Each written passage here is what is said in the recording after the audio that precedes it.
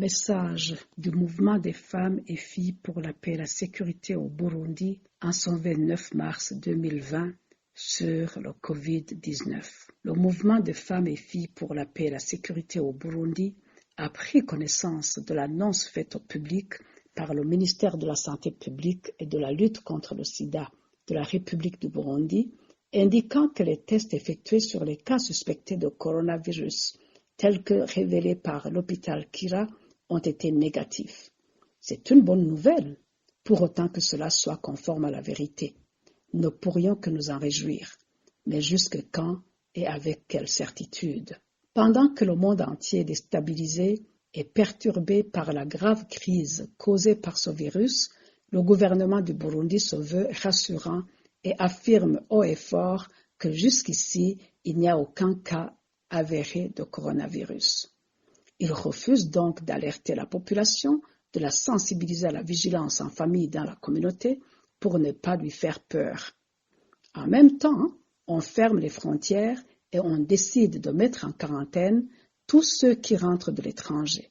Mais de quel type de quarantaine s'agit-il encore une fois? Sur une base discrétionnaire, les services en charge laissent certains rentrer chez eux et enferment d'autres. Personne ne connaît le critère de sélection de ceux qui peuvent rentrer chez eux et ceux qui sont mis en quarantaine. En outre, ceux qui sont en quarantaine et ceux qui leur rendent visite affirment tous qu'il s'agit plutôt d'une forme de détention où les gens interagissent librement entre eux et même avec le personnel sans aucune précaution.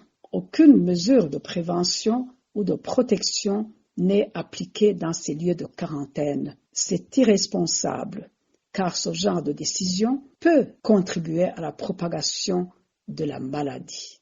Par ailleurs, il est dit que le laboratoire de l'INSP est le seul habilité à faire les tests de coronavirus au Burundi. Comment les personnes ayant besoin de ce service y accéderont-ils des lieux éloignés comme Tchendajuru, Makamba, Karusi, Chibitoke et ailleurs?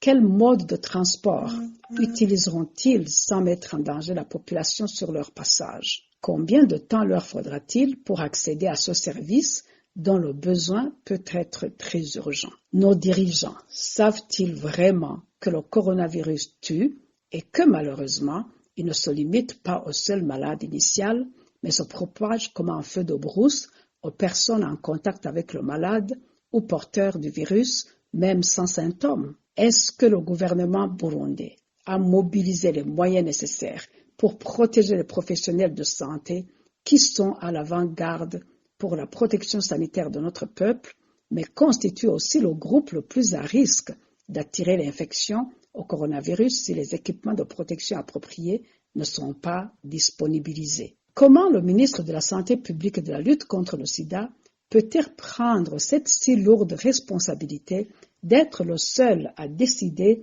de ceux qui sont référés à l'INSP au moment où l'alerte devrait être maximale et généralisée en vue d'installer beaucoup de centres à travers le pays pour que les malades puissent y accéder facilement et rapidement?